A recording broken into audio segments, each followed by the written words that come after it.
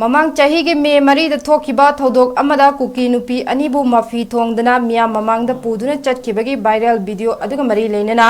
चेनबनी हाइना फाजिन किबा मियोय तरेट के केस असी Manipur the चथबिनबा victim गी इमुंग गी मियोय सिंगना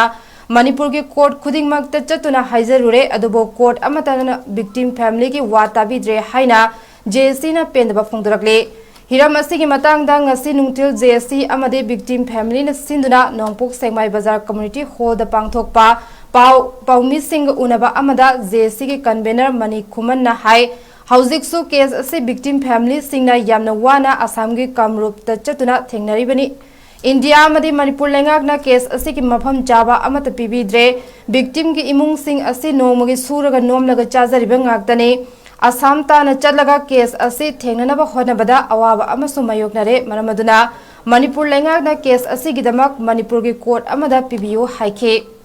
महागना मखाताना हाई मणिपुर थोकलिबा मी हादलोबगी केस सिंगददी था अहुमदा बेल आउट तौबी अदुगा मी हादलोबसु नत्तबा चुमनतगी मसागी मोबाइलदा वीडियो अदुखा येंगलुबगी दमक चाही अमरोम जेल दा थंबीबा हाइबसे मियोइबगी हक मतपीबनी मखोई सिंह अदो हौजिक वखल लैनाना नारगा कैसुम संगदा लैरिबने हाइरदुना मसी पुनमक असे मणिपुर लैबिरिबा CSO सिंह अमदी मणिपुर लेंगाकनासु खंबियो केस असी मखोई खरागिदमक मरानाय तहलगद्रा हाइना हंगलदुना CSO सिंहनासु केस अस्त मतेंग पांगसिन बिदुना मिरेंग चंगबियो हाइखे हिरम असिगी मतंगदा अथुबा मतमदा थौबाल डिस्ट्रिक्ट की मफम अमदा मियाम की ओइबा मिफम अमा पांगथोकलगनी मसिदसु लमदम असिगे CSO सिंहसु सरुगियाबियु अमदे मणिपुर लेंगाकनासु केस असि अचुम माइकेदा पुरकनबा होनबियु हाइखे पावगी मिफम अदुदा सरुगियाखिबे विक्टिम अमगी लोइनबी पुखरमबम लांगलेन कोबी अमना हाइखिबदा कुकी नुपी अनिगी फी थोंगदबा वीडियो अदु महाकी मपुरोइबगी फोनदा मीना काबलक्तुना येंगलुबगीदमक फाबिखिबने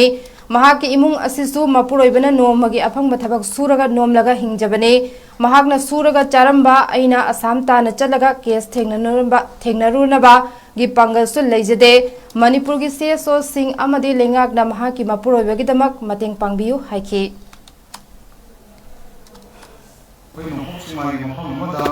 viral video aina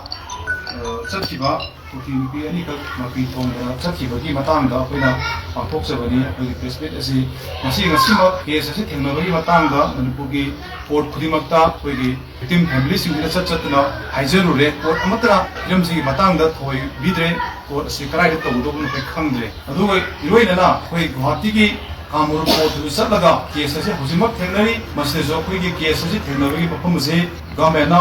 सरकार ना इंडिया गवर्नमेंट ना मणिपुर स्टेट गवर्नमेंट ना कोर्ट से पीबीदरे कोई विक्टिम सिंसी ngasi नोंमगी सुरगा चाजबा ngasi नोंमगी हिंजरगा कुसुमनने हिंजरगा इमुंग मनुंग पुजबा फैमिली इमुंग आक्तनी अदुना मखोइना ngasi केस से थेंगनबदा कदाइदगी पैसाना केस थेंगनगदोइनो करमाय तरो केस थेंगनबा कोई थेंगनबम खंगद्रे अवाबम ओइरे किबा मेगी तान मरी द थोकिबा थोदोकुगा मरी लेना आई पुरो की यानी का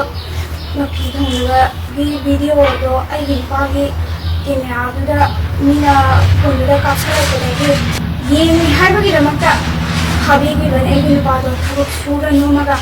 लेजबने लान चत्तसु नते गी पाडी सुरा नोमगा मान चरा तालगा चारम अइना माले रक्त्रम मतम मान केस थेंगनाबगी दम अइना गवातीदा चत्तोगी आंगत लेजदे अदुना मणिपुर लेबिरिबा लेंगा अमगी सिविल सोसाइटी मैम पुनमकना एगी मतेंग पांगियो